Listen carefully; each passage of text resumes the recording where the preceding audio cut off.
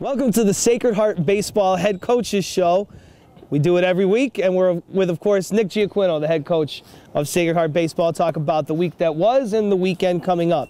And so let's go back to last weekend. You got 4 games in. It was a challenge, but you got the Hartford game in, a real pitching duel. Before we go into New York and talk about Fordham for 3, let's talk about that great pitching duel, which ended up in Hartford winning 1-0, but Cody Kursky battling a really good pitcher all the way. Yeah, it was a tremendous battle. It was a great game all the way, and I'll tell you, there was about 25 scouts there between the 2 pitchers that were going, and they got their money's worth. So it was a great battle.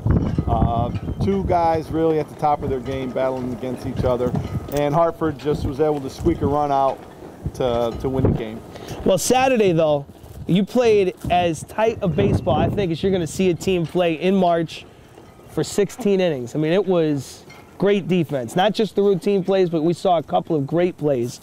Kenny Byram really comes to mind in left field, throwing out a couple of runners, and Ted Shaw at second base.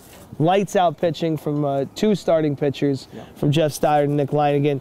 Timely and situational hitting, and heads up base running too. I mean, that's got to be a rare occurrence for you to play a doubleheader this time of year when you're really kind of getting the swing of things in the cold, to be able to hit on all facets of the game as you guys did on Saturday. Yeah, it was great. It was a great day for us. I mean, the guys have been working very hard. We've been close. The pitching and defense have been pretty steady all year.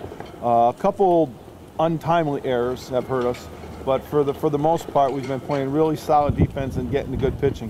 When the hitting comes around, I think we're going to be in real good shape. And you did get some hits Sunday. It was a back-and-forth affair, a lot of timely hits. Both teams, actually. I thought that day was the colder day, and you thought the hits would be tough to come by. But you guys battled through the elements and ended up losing the ball game. But I thought there were some real positive things, not only in how you swung the bats, but how you ran the bases, which was very impressive. Yeah, I think that's something we worked a lot on this year, and the last 2 years overall, is that going first to third, is running hard every play. It's something that has to be a big part of our success, is along with the solid pitching, the great defense, and we got to run the bases hard. And we see Zach Short, who plays a solid shortstop, is hitting the ball really well for a rookie coming in his freshman year, and it doesn't even look like he's needed to make any adjustment from the high school to the college game.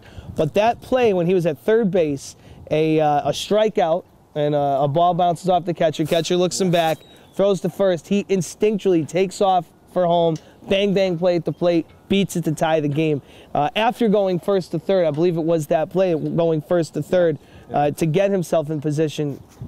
Just a tremendously exciting play. And you see that this kid is not only a talented player, but just an overall really exciting player with a play like that. He is. You know, as a freshman, he's a baseball player. Yep. And to go to first to third on that tough play, you know, it's a tough read. Am I going to make it? Am I not? And he got in there, and then to have those couple steps down the line, you know, knowing what's going to happen, and just get far enough down the line where the catcher's not going to throw to third, and to make a break at the right moment, it's just baseball instincts all the way. It's something you can't teach, and Zach he's that kind of baseball player. Curveballs abound here in March all the time, and the Big Red bus took you to Long Island to go to Baseball City for Friday, took you to New York City to Fordham, beautiful ballpark for 2 there, and then to the University of Rhode Island on Tuesday, another real back and forth, typical March midweek game. What did you take away from that one? Yeah, it was really a heartbreaker. We did some very good stuff. We fell down early, 4-0, fell behind early. Then we came back, we had our biggest inning of the season and scored 8 runs. Then we give up 4, so it's a tie ball game. But that next inning, we come back, score a run to go up 9-8. So it was a great offensive day. We just couldn't close the door at the end. All right, well, let's turn our attention to this weekend, Nick. You got 2 at Baseball Heaven on Saturday, 1 at the home of the Brooklyn Cyclones over on Coney Island. That's going to be an exciting game on Sunday. And what is it to be able to go back? You feel a little more comfortable at Baseball Heaven now that it's kind of like your second home? No, it's our home away from home, yep. Away from home, actually. But yeah, you know, we definitely much prefer to be at Harvard Yard.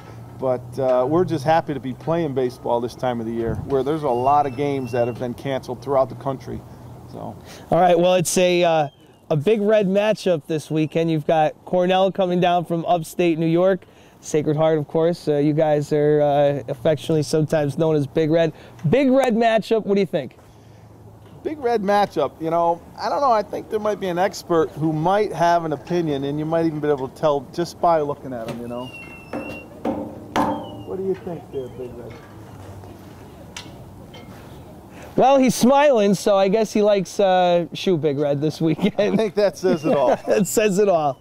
Thanks a lot for the time, Coach. You're welcome. We're having a little fun today. It's baseball season. The sun's out. It's a little cold, but we're still having fun. And it'll be fun this weekend between Big Red, Cornell, and Sacred Heart all weekend. Absolutely.